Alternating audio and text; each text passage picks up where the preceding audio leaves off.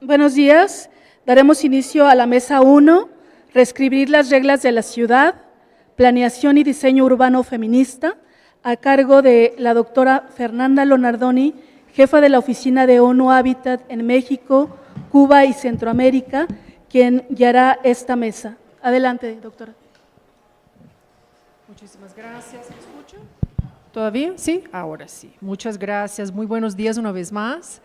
Qué honor estar aquí para moderar esta primera mesa, este primer diálogo de nuestro foro, y este diálogo, esta mesa que está intitulada Reescribir las reglas de la ciudad, planeación y diseño urbano feminista.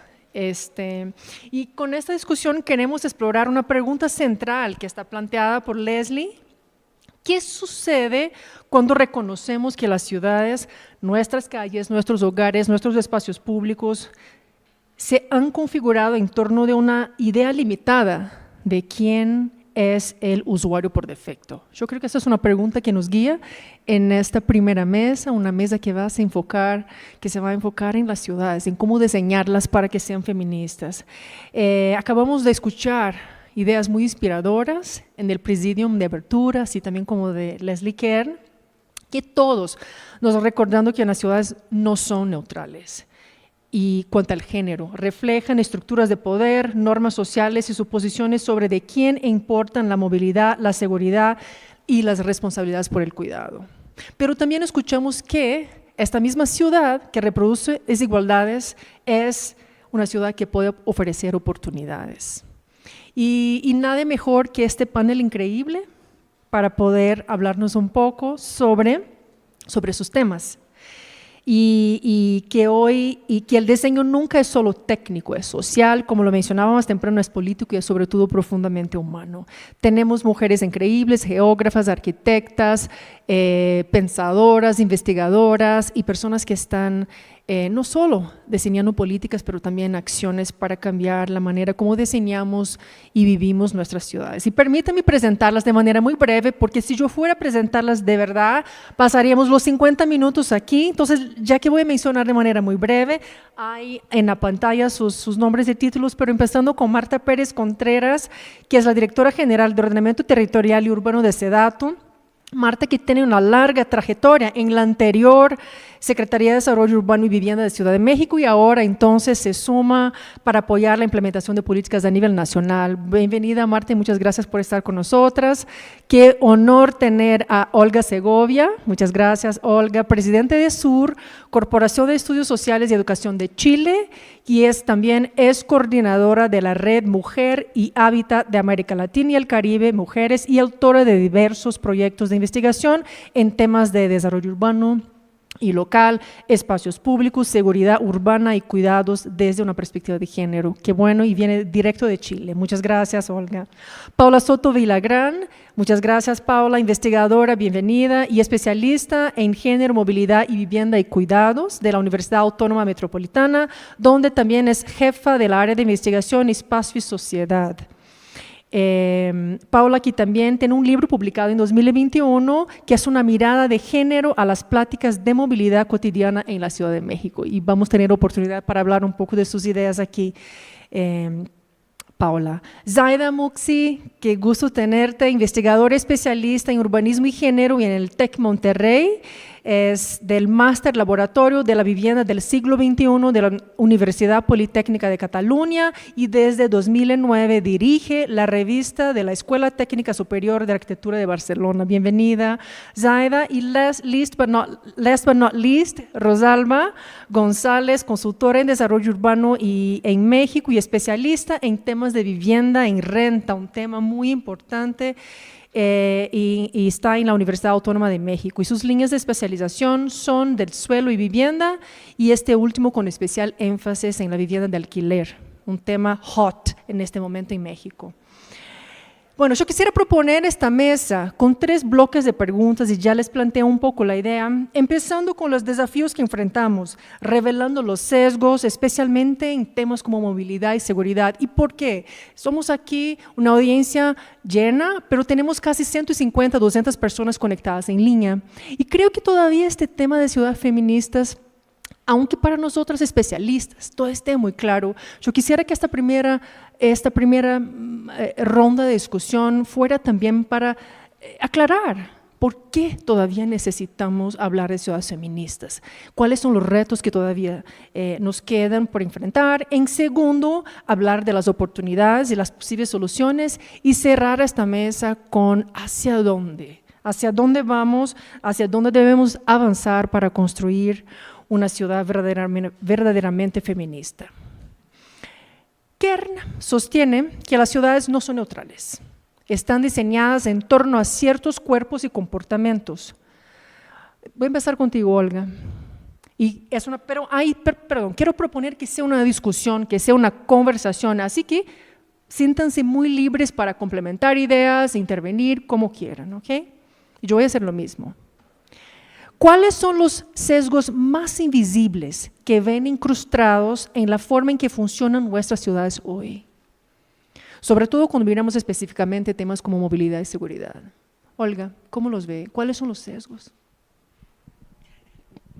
Bueno, en primer lugar, un saludo a todas y a todos y realmente muy contenta de estar acá, además tan buena compañía con colegas y amigas que hemos estado en contacto y en un diálogo en muchas oportunidades. Bueno, yo creo que un primer desafío fundamental en el urbanismo y en la planificación de las ciudades precisamente es abordar la no neutralidad del uso del espacio, cómo habitamos, cómo vivimos, cómo lo percibimos. Y en ese sentido también como remitir a ver cómo proponer una nueva mirada a esta forma, que incorpore realmente una visión de todas y todas en su diversidad. Y en ese sentido necesitamos, yo creo que fundamentalmente reconocer esa no neutralidad del espacio, esa necesidad de mirar todas las demandas y diferencias, porque habitamos de un mundo diferente, porque hay unas unas desigualdades de género estructurales que determinan nuestra vida. Y ahí hay una desigualdad fundamental que nosotros hemos podido desarrollar en torno a los temas del urbanismo feminista, que es la desigualdad en la división sexual del trabajo, ¿no? Donde la mayoría de las personas, digamos, que dedicadas a hacerse cargo del trabajo doméstico, de cuidado no remunerado, son las mujeres. Eso estructura también una mirada y una vivencia de los usos de los espacios, la vivienda, los servicios públicos. Y por otra parte, es fundamental también reconocer los nuevos cambios, los cambios emergentes que están ocurriendo en nuestras ciudades, el tema del aumento de las jefaturas de hogares femeninas, por ejemplo. ¿Cuáles son las demandas de los hogares, de las mujeres que están a cargo de los hogares? Y eso, por ejemplo, en el caso de Chile había un aumento extraordinariamente grande, me parece que es de un 13% desde los años, a unas décadas, hoy día es casi la mitad de los jefes de hogares son mujeres. Entonces, esos son temas que me parece fundamentales incorporar. Por otra parte, viene otro cambio fundamental, y lo tocaba también la exposición de Leslie, el tema del envejecimiento de la población. Nuestras ciudades, nuestros territorios han ido aumentando el nivel de aumento de los años de vida, y en ese sentido también los datos incluyen, bueno, tengo varios datos acá, pero creo que no es necesario porque me parece importante decir que hay una feminización de la vejez. Y en ese sentido también, cómo responder a estos retos, de jefaturas de hogar, de cargo de las tareas de cuidado y doméstica, etcétera. Por lo tanto, es fundamental esta mirada, este enfoque en lo que podemos decir cuáles son las necesidades, cuáles son los cambios en una población y en una ciudad y territorio en múltiples necesidades de respuesta, desde los servicios públicos, desde el espacio público, desde la movilidad, desde la seguridad. La seguridad es un elemento fundamental en la vida de las mujeres, y la percepción de la seguridad en cómo nos movemos, cómo habitamos, cómo en el fondo podemos tener mayor o menor capacidad de acceso a los servicios, a la educación, a una serie de elementos para nuestro desarrollo, es central para el urbanismo. Por lo tanto, creo que hay desafíos que parten de ese reconocimiento estructural, de hay una desigualdad de género, que por lo tanto hay que dar respuesta y disminuir esas desigualdades. Muchas gracias, Olga. Y qué bueno tener los ejemplos de Chile. Y creo que lo que menciona sobre Chile no es muy distinto de lo que pasa de manera general en la región, yo diría. Claro, quizás hay diferencias en términos globales. Paola, y desde la perspectiva de tu investigación, sobre todo de los análisis que tienen en términos de movilidad,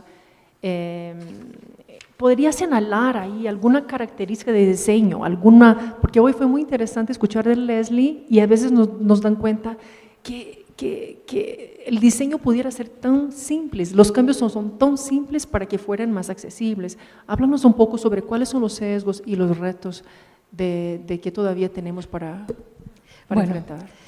Muchas gracias, en primer lugar, por la invitación, por formar parte de un panel realmente de lujo, con mujeres que admiro mucho, porque en el recorrido del urbanismo y de la geografía feminista, la construcción de antecesoras, de mujeres que han estado, Olga, Zaida, que han acompañado y que han estado desde hace muchos años discutiendo esto, nos ha hecho a las más jóvenes, que yo no soy tan joven por supuesto, pero que estoy en esa generación intermedia, ha sido mucho más fácil ese acceso. Y yo creo que uno de los principales retos es ese, cómo vamos transmitiendo el conocimiento y los saberes que vamos generando en los feminismos de distintos lugares hacia las nuevas generaciones que están siendo formadas hoy en arquitectura, urbanismo, geografía, porque la formación sigue siendo uno de esos retos importantes. Yo quisiera referirme a un par de sesgos que son los que, desde mi perspectiva, yo también creo que uno de los retos fundamentales del urbanismo es situar en contextos, es situar en ciudades y en situar en feminismos. Por eso es tan lindo el nombre, porque son ciudades feministas. La pluralidad de los feminismos y la pluralidad de las ciudades obligan como un reto fundamental a situar las reflexiones y a situar las propuestas y a situar las estrategias. Yo diría que de los sesgos que hemos estudiado más en la investigación que hemos hecho en la Ciudad de México, tienen que ver en primer lugar con romper una idea fundamental y que es que el conocimiento técnico es más importante que otros conocimientos. Eso es muy androcéntrico, es decir, que el conocimiento masculino referido al técnico es el único conocimiento posible.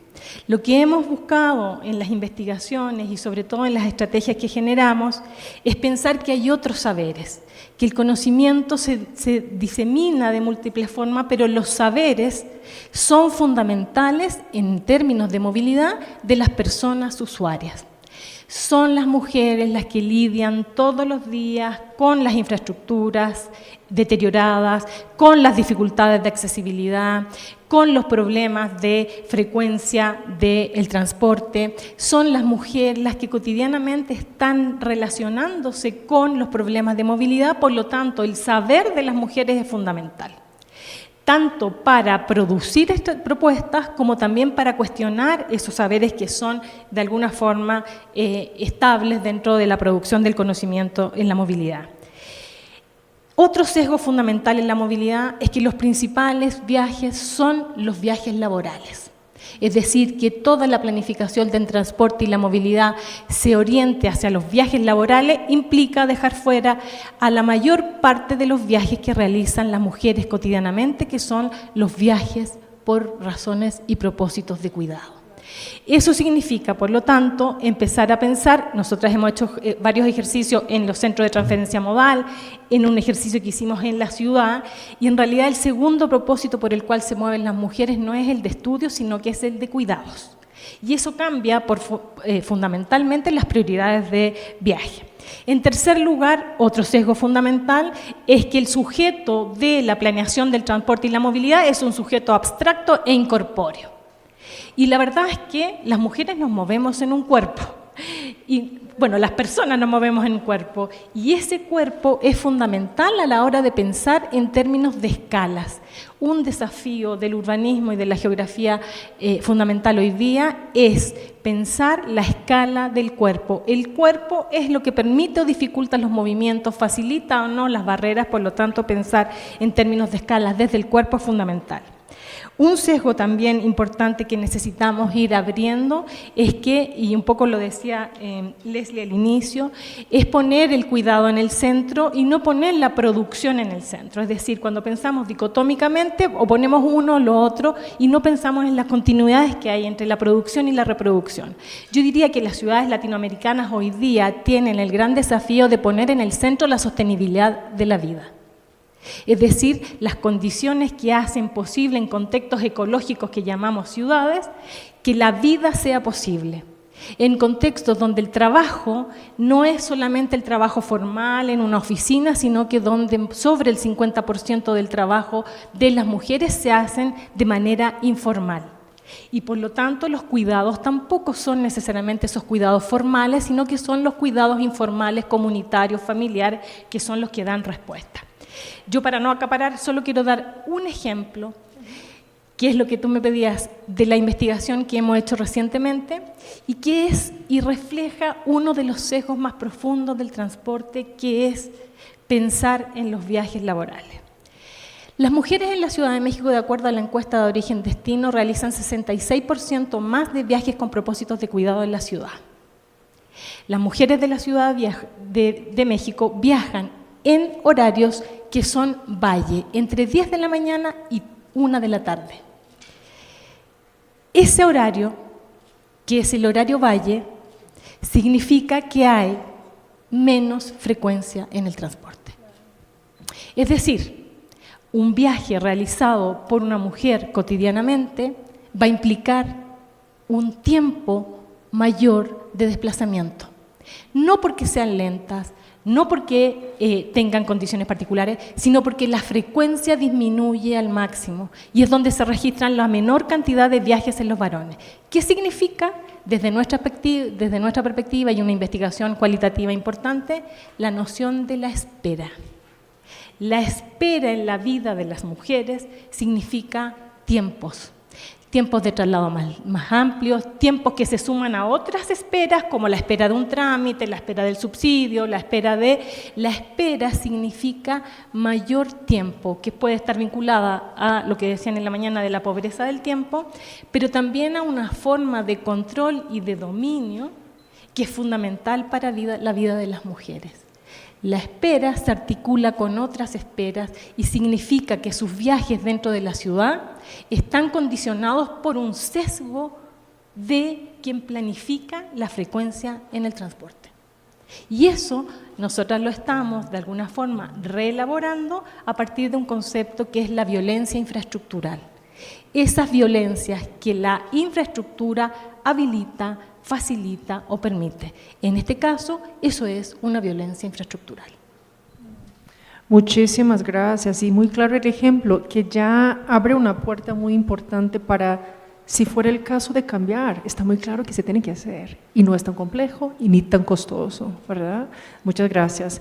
Zaida, desde tu perspectiva, ¿qué pudiéramos agregar en términos de sesgos, en términos de retos que todavía siguen para aclarar muy bien por qué todavía necesitamos hablar de ciudades feministas? Tan simples como los horarios de la movilidad y el costo del tiempo. Muchísimas gracias, Fernanda. Bueno, es un placer hablar con estas compañeras de lujo. Coincido con las dos participaciones anteriores.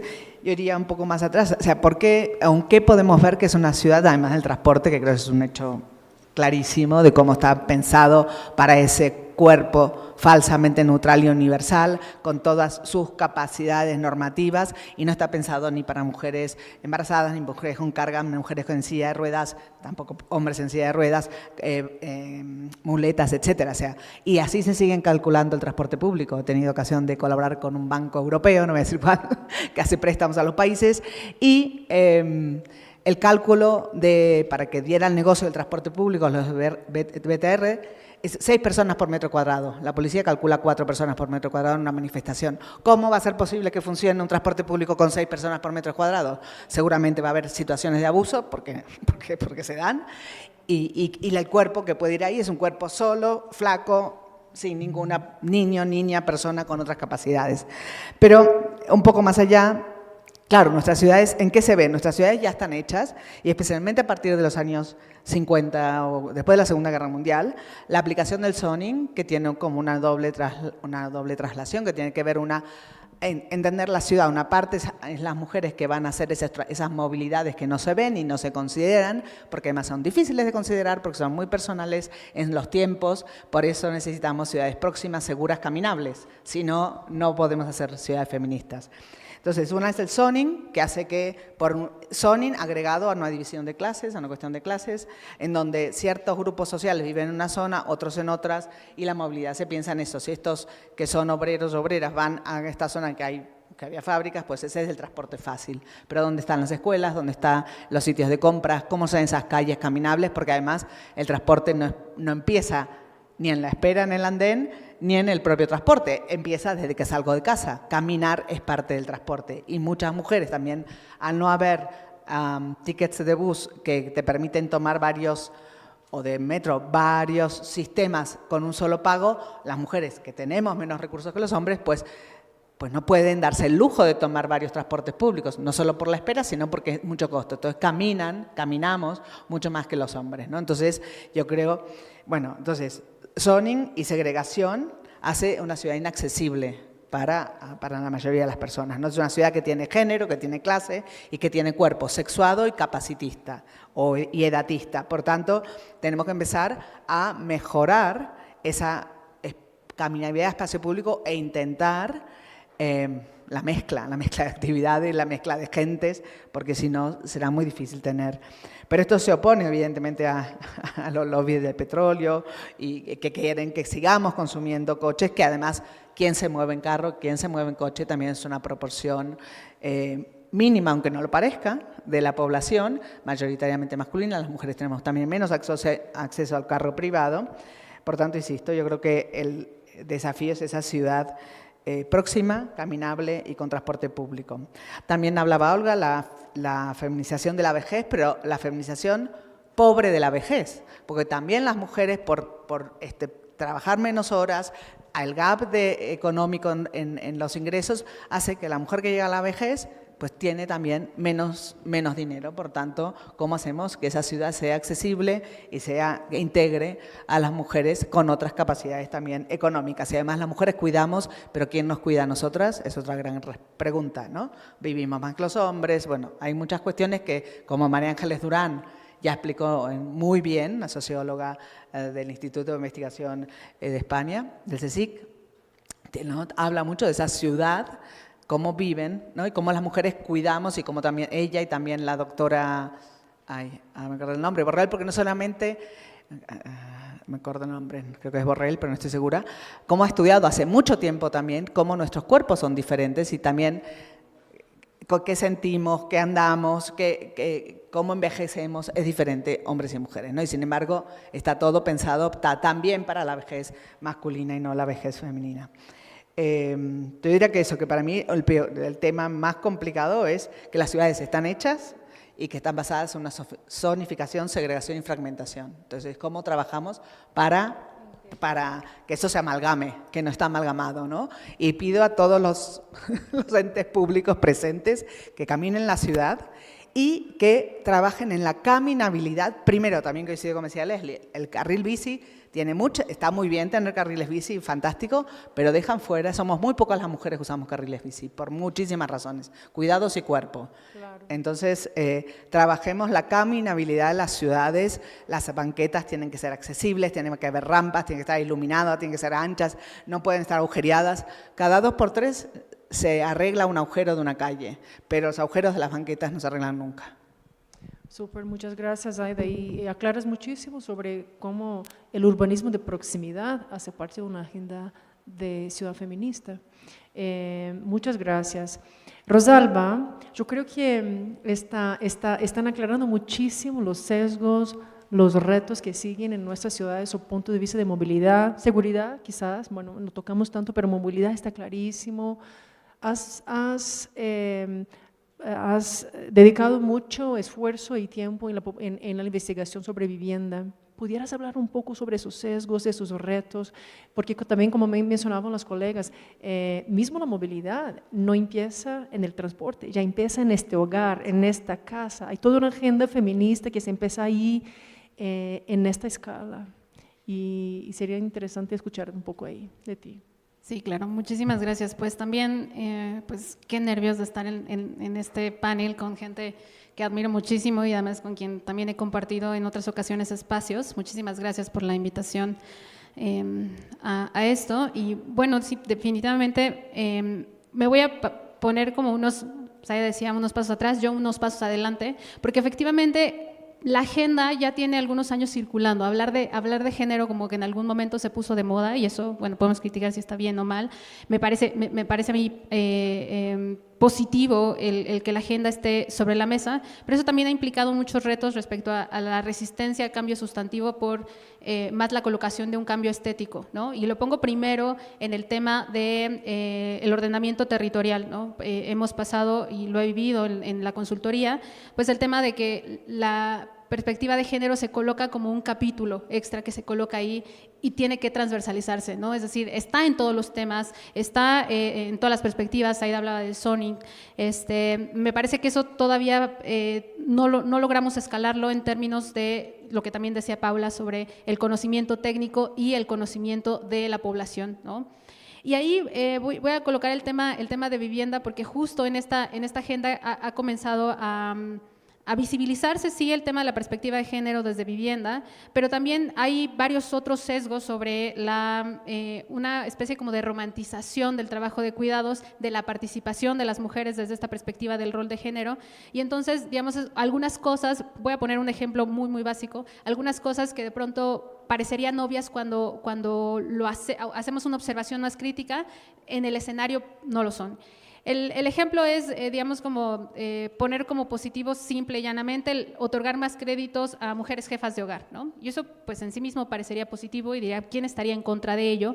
El problema es que esas políticas, cuando no están articuladas con otras para fortalecer, por ejemplo, eso no reconoce la brecha de los ingresos, y lo que coloca es a las mujeres, como son jefas de hogar, las termina anclando al trabajo y al trabajo de cuidados al mismo tiempo. Es decir, por ahí en algún otro evento también con perspectiva de género, exclusivamente de vivienda, decía uno de los digamos, promotores de esta política, también del sector privado, dice es que las mujeres son mejores pagadoras, ¿no? Y es como, vamos a cuestionar esas afirmaciones y esos sesgos, porque finalmente, ¿qué implica el que sean mejores pagadoras? Pues arriesgan menos, ¿no? Arriesgan menos en el sentido de que buscan la seguridad por sus dependientes y terminan esas políticas, otra vez desarticuladas de otras políticas públicas, pues terminan anclándolas al trabajo productivo y al mismo tiempo al trabajo reproductivo. Es decir, esos ejercicios que de pronto parecen positivos cuando hacemos investigaciones más profundas, reconocemos la inserción de las mujeres en el trabajo reproductivo y en el trabajo productivo, se vuelve más complejo que solo otorgar más créditos de vivienda. Entonces creo que ahí pongo un punto sobre la mesa, que el reto está también en desfamiliarizar el trabajo de cuidados, es decir, reconocer que las mujeres no son solo las únicas articuladoras del trabajo reproductivo, sino que podrían participar no solo los hombres, sino el Estado y los privados. Leslie Kern ponía hace un rato el ejemplo de este espacio de cuidados en la biblioteca. Pues ¿qué pasa si los espacios públicos y los espacios privados también facilitan ello? Y creo que eso también es una resistencia que habría que tocar ya ahorita que estamos con las cosas, y salir del espacio, del espacio claro o el espacio obvio del tema de las políticas públicas, ¿no? Y me quedo con eso por ahora. Muchísimas gracias, Rosalba. Marta, estás aquí como, bueno, una importante representante de una entidad pública que está frente de políticas. ¿Cómo pudieras abordar esta temática desde la perspectiva de SEDATU, desde la perspectiva de la Secretaría que lleva esta agenda pública de construcción de ciudades? Buenos días a todas. Para mí es un gusto compartir el panel con todas ustedes. Muy agradecida por el foro. Estoy muy contenta y bueno, como parte del gobierno, la SEDATU enfrenta muchos retos, y sobre todo para las mujeres, Uno de ellos es reconocer que las ciudades, los barrios, las comunidades, los territorios, sobre todo en las comunidades rurales, no solamente ciudades y metrópolis, enfrentan una situación compleja. Tenemos que reconocer que estas ciudades y las mujeres somos cuidadoras, son cuidadoras, y en el momento en que se reconozca esto, pues hay una incidencia en todas las políticas públicas. También es importante que este tema de mujeres es una política que se transversaliza en todas las acciones, de todas las políticas, de todos los programas de acciones que tienen a cargo no solamente los 3 órdenes de gobierno. Es una forma de cómo podemos visualizar y es un reto que enfrentamos desde los diferentes órdenes de gobierno. Por ejemplo, SEDATU es copartícipe de una de las políticas públicas que es reconocer a las mujeres agrarias, reconocer sus derechos, su titularidad, que ha estado por mucho tiempo, pues de alguna manera ha estado estancado. Ahorita hay un reconocimiento para promover que estas acciones que se fomentan desde los 3 órdenes de gobierno sean impulsadas, pero no se hacen solas, se construyen desde diferentes ámbitos en donde tienen que participar e incidir diferentes actores, la sociedad en general, pero también es una forma de transmitirle a las mujeres que no están solas, hay que reconocer sus voces, hay que identificar la problemática en la que estamos, hay que construir conciencia. También esta conciencia con ellas y con todos nos permite identificar estas estrategias. Son muchos retos y oportunidades que debemos tener. También a nivel nacional, el Plan Nacional de Desarrollo y la ENOT, que es la Estrategia Nacional de Ordenamiento Territorial, define cuál es el marco que establece estas políticas públicas y nosotros contamos con 3 metas. La meta número 5 nos permite identificar cuál es la participación plena y efectiva de las mujeres en la gestión territorial. Es importante reconocer que las voces nos permiten tomar decisiones. La meta 6 plantea garantizar la igualdad de oportunidades para que las mujeres accedan a esta propiedad social. Y la meta número 7 nos dice que hay que impulsar esta igualdad entre las mujeres, sobre todo para vincularlos al desarrollo territorial en accesos con un empleo formal y digno. Además, desde la Secretaría hemos identificado que hacia adentro de la Secretaría existen desigualdades. Algunas mujeres se sienten sobre todo lastimadas, que no son comprendidas, y para cambiar los territorios primero hay que hacerlo desde dentro, desde las instituciones, para poder transformar los territorios hacia afuera. Un reto importante es buscar esta visión y mirada hacia los municipios y a los estados. Hay muchos municipios que no cuentan con estas capacidades para poder hacer una planeación en donde no solamente la mujer forma parte de estos entornos seguros, sino también es importante hacer esta visión y transformar con una comunicación, con esta difusión que se está haciendo en diferentes foros. Muchas gracias. Muchísimas gracias, Marta. Y tocaste en un punto que todavía yo tengo como una inquietud. Y para cerrar esa discusión quisiera poner una pregunta.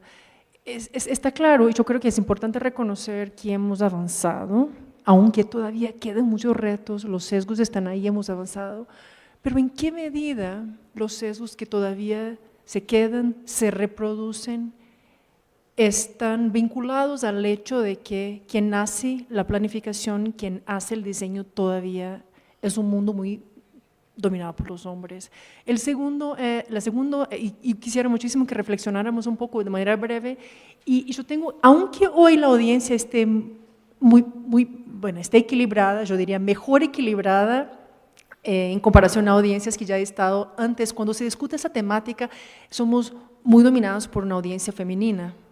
Y creo que también quizás ahí estamos hablando entre nosotras, para nosotras, y entonces quisiera escuchar en qué medida esos sesgos o esta inercia tan grande para la mudanza está vinculada al hecho de que sigue siendo un diseño, una planificación dominada por hombres y una discusión enfocada en nosotras y con nosotras. ¿Quién quiere reflexionar? Olga, ¿quieres reflexionar un poco? Sí, yo creo que es real.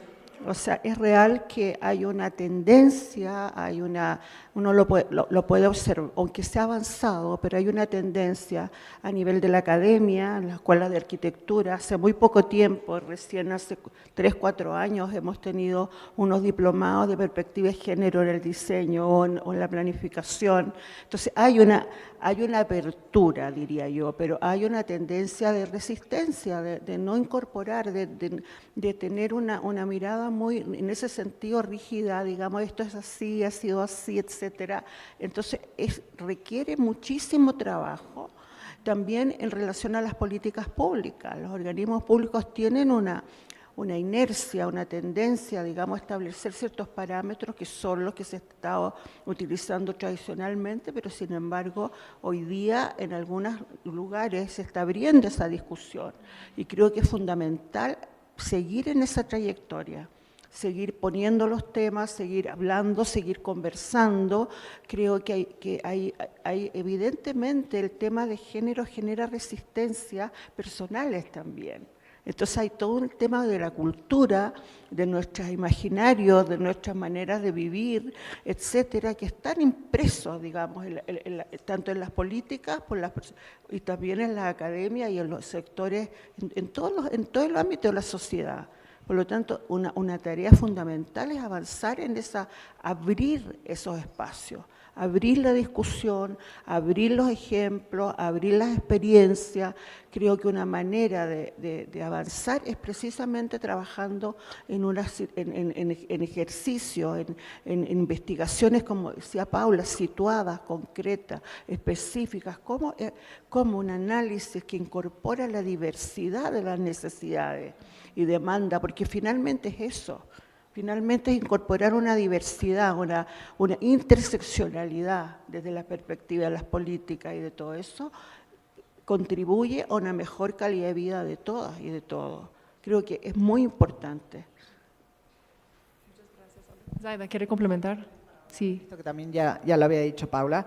Claro, en la educación todavía, por un lado que haya mujeres, hay más mujeres en planeamiento, está bien, pero no es suficiente. Tampoco no es una cuestión que haya mujeres, es una cuestión que esas mujeres hayan tenido la oportunidad de hacer una revisión crítica sobre el sistema patriarcal en el que vivimos y nos hemos educado y vean cómo cambiarlo. Y eso en las universidades entra muy poco, está entrando muy poco a poco. Hay algunas profesoras y algún profesor, pero mayoritariamente profesoras particulares que abren esas brechas, ya sea en geografía, en arquitectura, en urbanismo, pero todavía falta muchísimo, ¿no?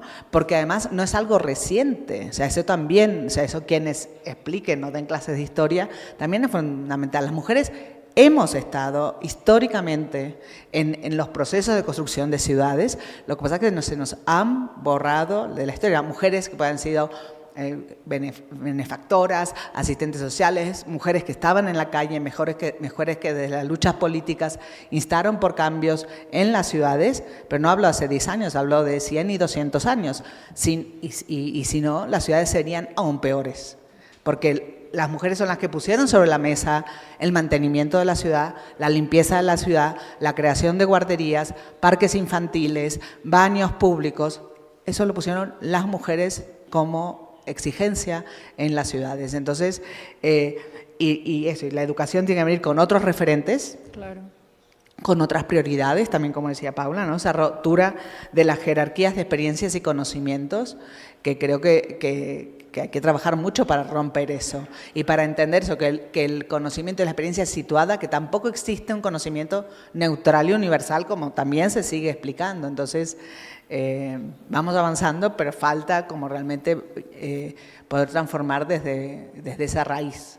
Sí, y hablando de esos cambios estructurales, de pasar un poco de los gestos simbólicos a un cambio estructural, yo quisiera ahora proponer una reflexión sobre qué de verdad podemos hacer, qué realmente podemos hacer, y invitarlas a seguir con los ejemplos muy prácticos sobre qué intervenciones en diseño pueden aumentar la libertad de movimiento, cuáles son los procesos participativos que pueden llevar a avanzar o a disminuir esa inercia, qué innovaciones necesitamos en términos de datos desagregados, cómo utilizarlos. densidad, zonificación, ¿qué realmente se puede hacer para avanzar esta agenda y disminuir esta inercia? Paula. Bueno, ¿se escucha bien? Sí. Desde el lugar en el cual yo me encuentro, que es la universidad, que es un espacio privilegiado para muchas cosas y en otras no necesariamente es así. La universidad es una estructura patriarcal tan fuerte y tan poderosa como la mayor parte de la sociedad. Por lo tanto, el trabajo que hacemos las investigadoras feministas en distintos ámbitos es fundamental para poder ir cambiando también desde dentro de la formación las prioridades, los problemas, las experiencias. Yo diría que sobre todo pensando como en qué sirve o qué estrategias, creo que desde la perspectiva de investigación y que también podría trasladarse a la perspectiva de la política pública, para nosotras ha sido fundamental visibilizar los saberes situados, visibilizar los conocimientos cotidianos que tienen, por ejemplo, las mujeres al viajar, cómo se mueven, por dónde se mueven, qué trayectos toman, con quién se mueven. Eso ha sido fundamental porque hoy día se retomó la idea de contar historias y yo creo que mucho en la investigación social lo que hacemos es eso, es contar historias que son invisibilizadas, historias que no cuentan, son historias que no necesariamente se relatan. Y yo creo que en términos de la investigación y la universidad un papel fundamental ha sido la producción de los datos. Y esos datos, cuando se encuentran con la política pública, pueden hacer ejercicios y estrategias muy interesantes. Lo hicimos con la Secretaría de Movilidad de la Ciudad de México en conjunto con la Secretaría de las Mujeres de la ciudad en un estudio que hicimos sobre los CETRAMs, que propusimos un modelo de CETRAM inclusivo, de cuidados y que se ha servido, por ejemplo, para el diseño de las licitaciones más recientes de los CETRAM. Es decir, yo creo que por una parte articular el territorio es eso, la perspectiva territorial es esa. Cuando empezamos a pensar en problemas y no necesariamente en miradas así desde fuera. En el territorio todo converge, está la vivienda, está la movilidad, está el transporte, está todo, pero generalmente desde la política pública, incluso desde la universidad, pensamos separadamente, pensamos parceladamente. Yo diría que la gran propuesta feministas de los feminismos en general sobre la ciudad es pensar articuladamente. Y si no, vamos a seguir reproduciendo cajitas separadas de respuestas que no necesariamente ponen en el centro el gran proyecto de todos los feminismos que es la vida cotidiana de las mujeres. Y yo diría que esa es una de las cosas que es importante pensar en términos de estrategia. Y articula muchísimo con lo que le mencionabas, Zaida, pero en términos de la zonificación. Esta articulación es también lo que necesitamos en términos de cómo pensamos el espacio. Pero Zaida, ¿quieres reflexionar un poco sobre qué podemos hacer realmente? Sí, yo digo que hay muchos ejemplos de qué se pueden hacer, ¿no? Yo creo que en términos de universidad hay, bueno, para seguir un poco con este tema, pero después algún ejemplo más de ciudad. Claro, la universidad es un espacio de privilegios, por mucho que se pueda haber universidades públicas, poder llegar a la universidad físicamente, poder moverse por la universidad físicamente, la mayoría de los espacios universitarios son inaccesibles para personas con otras capacidades, entonces ya estamos desde un mundo donde no hay diversidad de experiencias de ningún tipo, ¿no?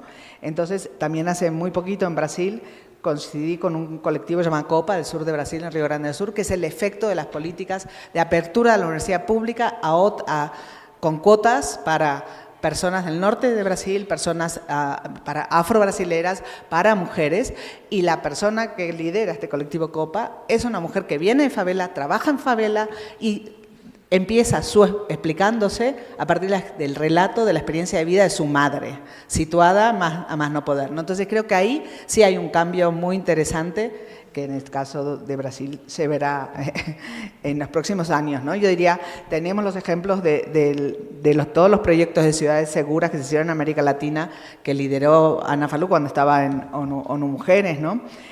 Tomando los principios de Montreal, de cómo se analiza la ciudad, y que ahí mostraba Leslie Kern en las marchas exploratorias, el manual que se hizo para Barcelona. Digamos, hay muchas experiencias, hay muchos manuales, tanto de análisis como de cómo hacer participación, hasta de cómo diseñar criterios, porque claro, aquí también hay algo muy importante que creo que rompemos también con la manera de pensar las ciudades. Las ciudades se han pensado con modelos de replicables, sellitos, que traigo de allá y pongo la plaza que estaba en no sé dónde y la pongo en otra ciudad que no tiene ni el clima, ni la cultura, ni nada. Entonces, es un proceso, son procesos, uno puede aprender evidentemente de otros ejemplos, pero hay que situarlos. No puedo traer el modelo de otra ciudad a mi ciudad, no funcionan, y como no han funcionado, ¿no? Entonces creo que eso también es un cambio muy importante en las prácticas urbanísticas, ¿no? Cómo analizo los espacios situadamente. La economía feminista es una gran aliada también para poder situar estos cuidados y estas otras economías en el centro, ¿no? Y tenemos como aquí dos mujeres chilenas también, una líder, una gran experta en economía feminista, Cristina Carrasco, chilena, que vive en Barcelona y que hace tiempo que viene como midiendo, ¿no? O sea que nuestra sociedad se valora en términos solo económicos, si no vale, no es importante, pero ¿quién determina qué vale? Y entonces lleva tiempo midiendo lo que significan los trabajos de cuidado, ¿no? Y que ahí realmente, en el caso de Cataluña, era el 38% del PIB catalán es trabajos de cuidado. En el caso de Alemania, el 68%. O sea, cuanto más grande sea esa incidencia de los cuidados en el PIB, menos recursos sociopolíticos, administrativos, comunitarios están puestos en eso, ¿no? Claro. Dejo que hablen porque ya vamos muy tarde en tiempo. Muchas gracias, Aida. Rosalba, danos ejemplos concretos, inspiradores sobre qué se puede hacer realmente.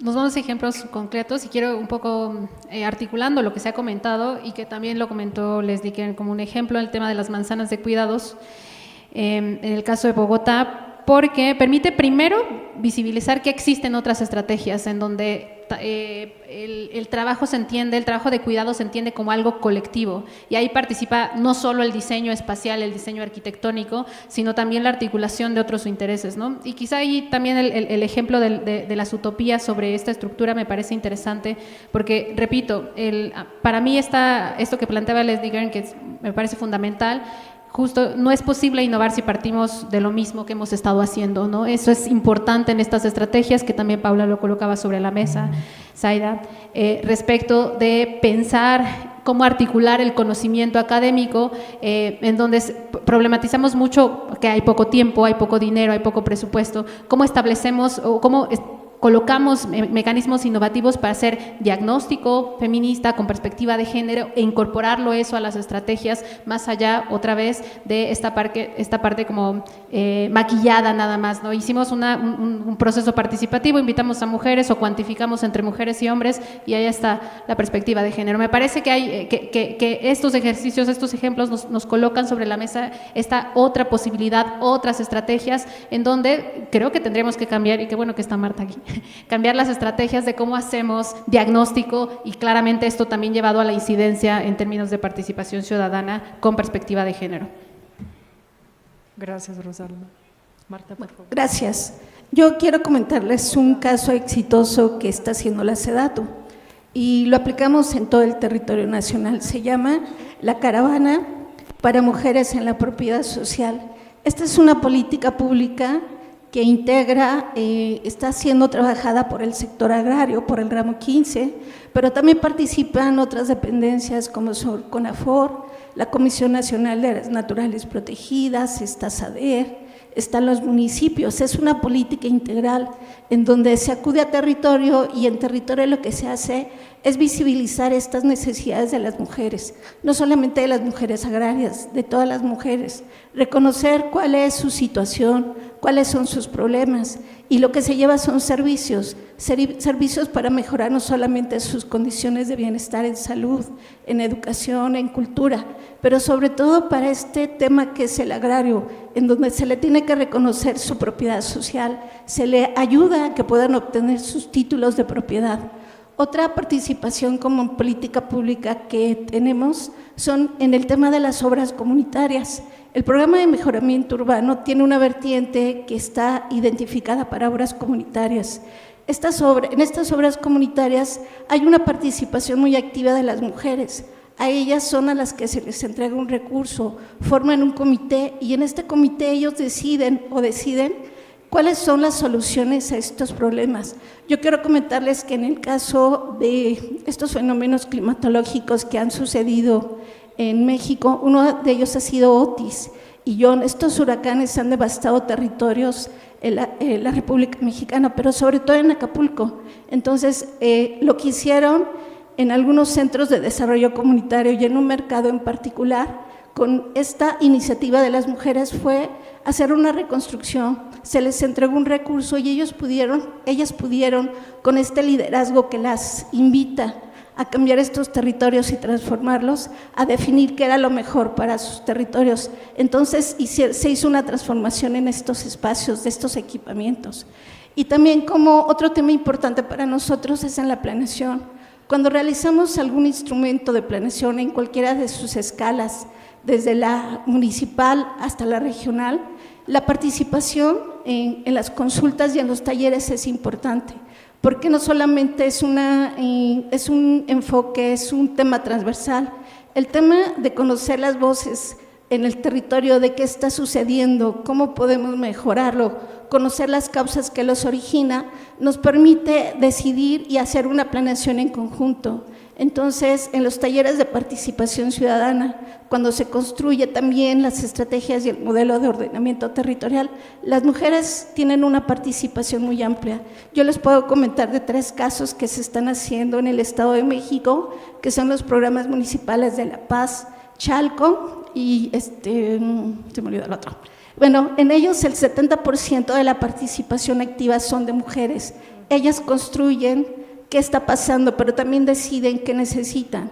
Y tenemos algunos instrumentos también de planeación en donde, en el caso de los trenes, por ejemplo, estos programas parciales que se están haciendo, en donde van a ser las estaciones de los trenes, en aquellos programas parciales, en donde el tema de vivienda para el bienestar también es una política pública, ahí se toma en cuenta el conocimiento y las propuestas de todos, pero principalmente quiero enfatizar la participación activa de las mujeres. Muchas gracias. Muchas gracias, Marta. Qué lindos ejemplos desde ese dato y cómo están de manera muy concreta aplicando esta visión y esta agenda en los diferentes programas nacionales, pero ya muy aterrizados al territorio y involucrando a las mujeres. Olga, ayúdanos a cerrar esta discusión sobre qué se puede hacer, cuáles son los ejemplos para avanzar esta agenda. Bueno, una cosa que me gustaría comentar es un poco la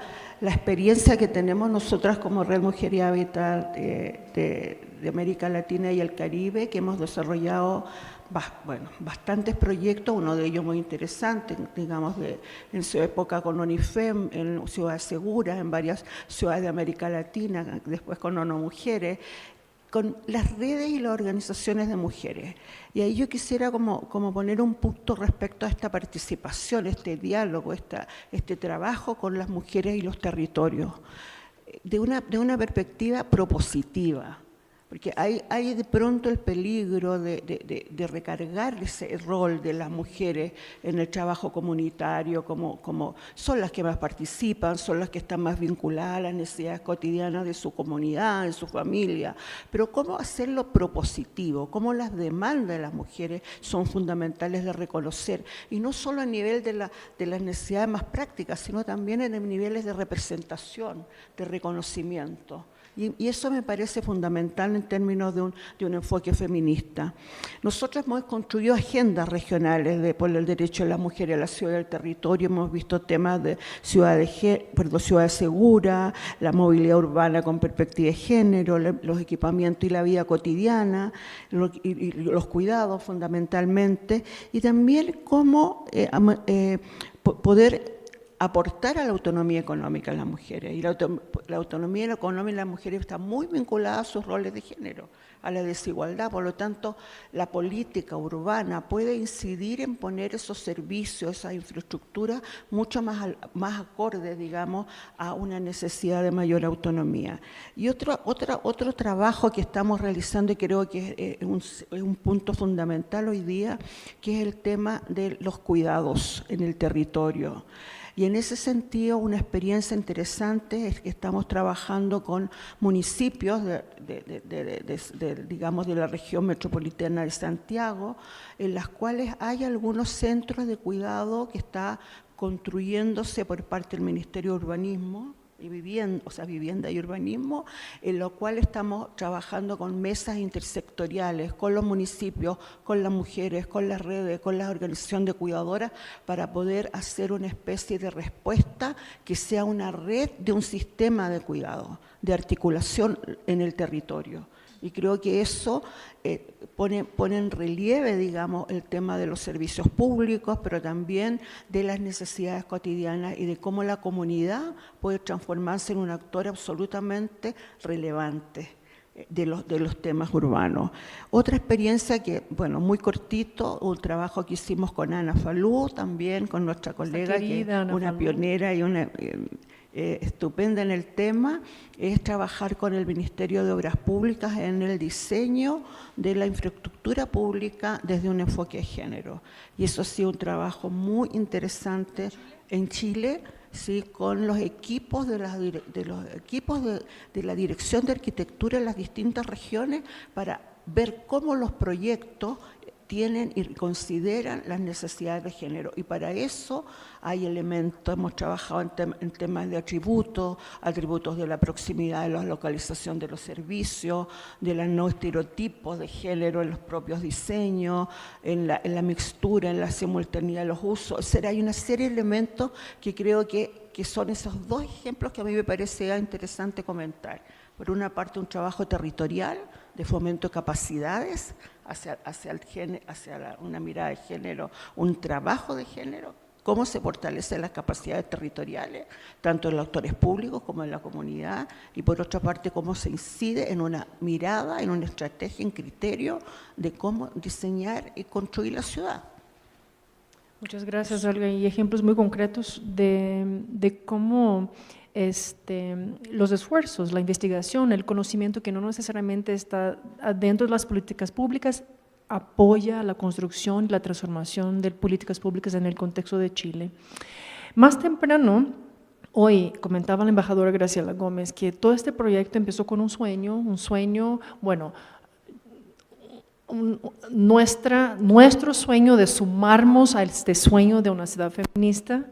Y hace casi un año, en la primera reunión que tuvimos juntas, pensamos, ay, este libro de Leslie, tenemos que organizar un foro, y aquí estamos.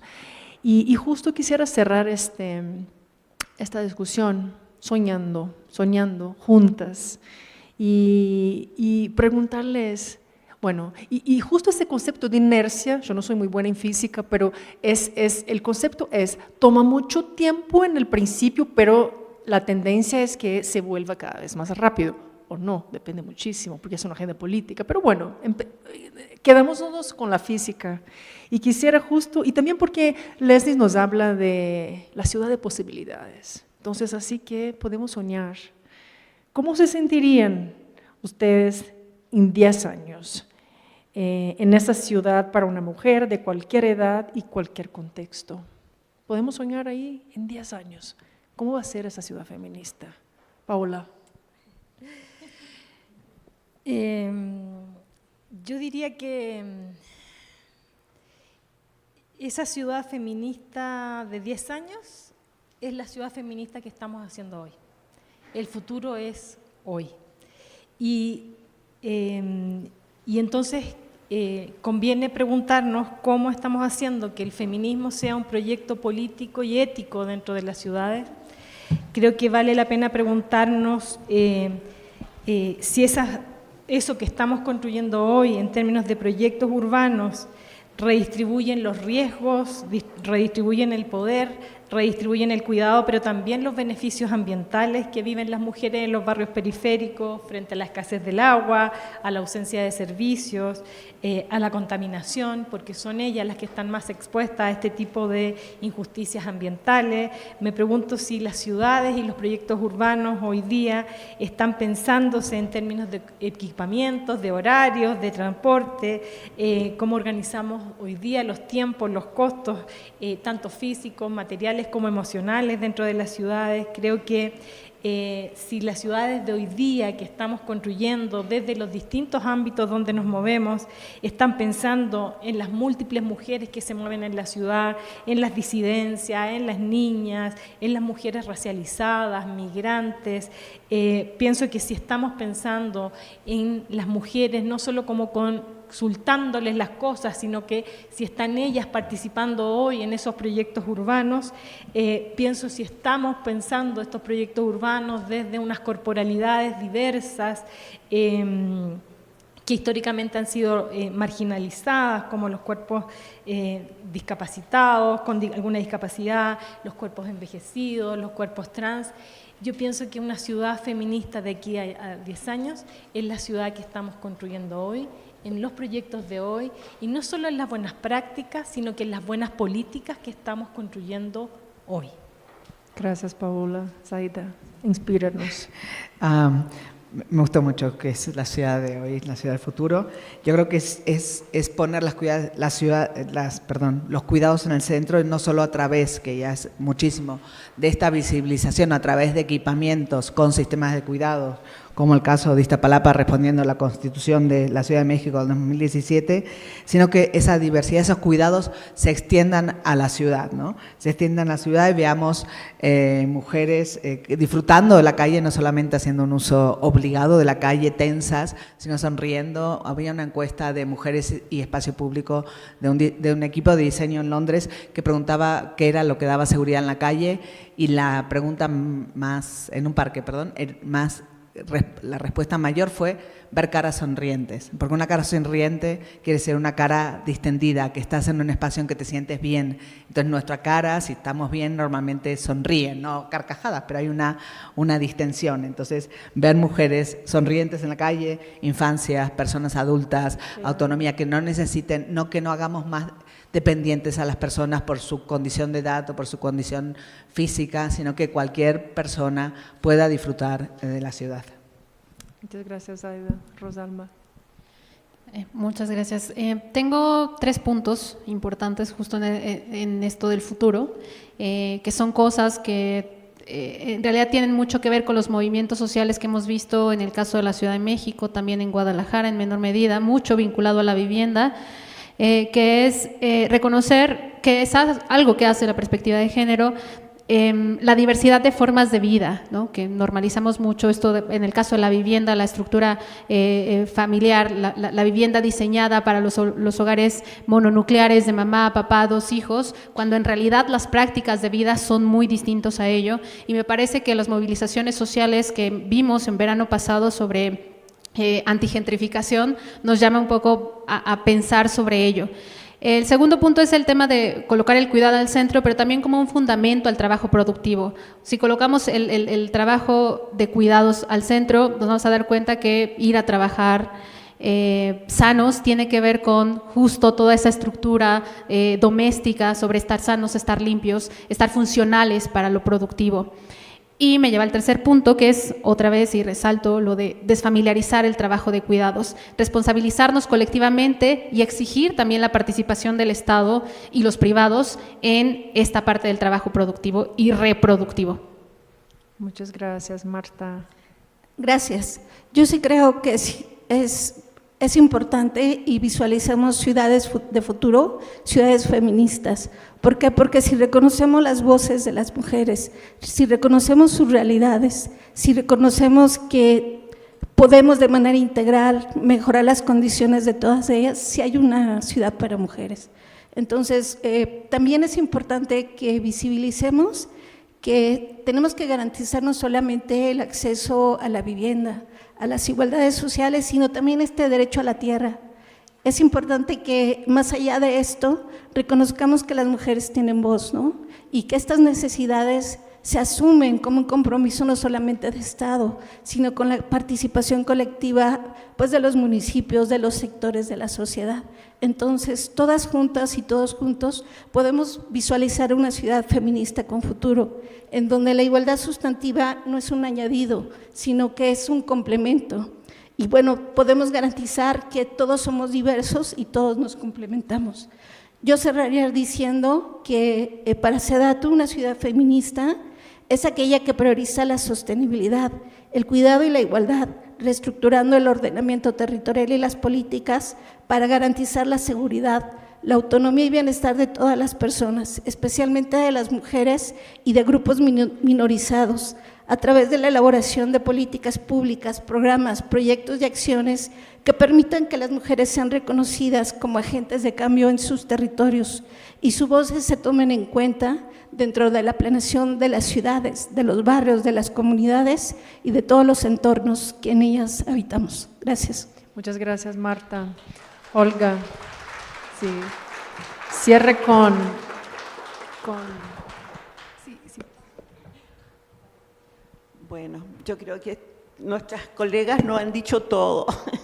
Lo agradezco muchísimo, pero me parece que una ciudad feminista del futuro es una ciudad donde todos, todas y todos tengamos derechos a una vida plena, a que la vida se sustente, a un buen ambiente y a un derecho y la posibilidad de desarrollarnos en mayor plenitud, con igualdad. Muchas gracias, muchas gracias. Qué lindo escucharles. Yo creo que hay 3 mensajes muy sencillos sobre lo que estamos hablando. Se trata de un proceso en construcción, pero estamos avanzando. Yo creo que ahí la inercia cada vez menor. No se trata solo de diseño, sí, hay mucho que se puede hacer en diseño, pero se trata de un cambio de mentalidad en educación, en gobernanza, en política, pero al final, y es lo que mencionaba más temprano en las ponencias, si llegamos a tener esa ciudad feminista, va a ser una ciudad para todos y para todas. Muchas gracias, de verdad, y espero muchísimo seguir con ustedes la construcción de esta agenda tan importante. Muchas gracias, aplausos para este panel increíble.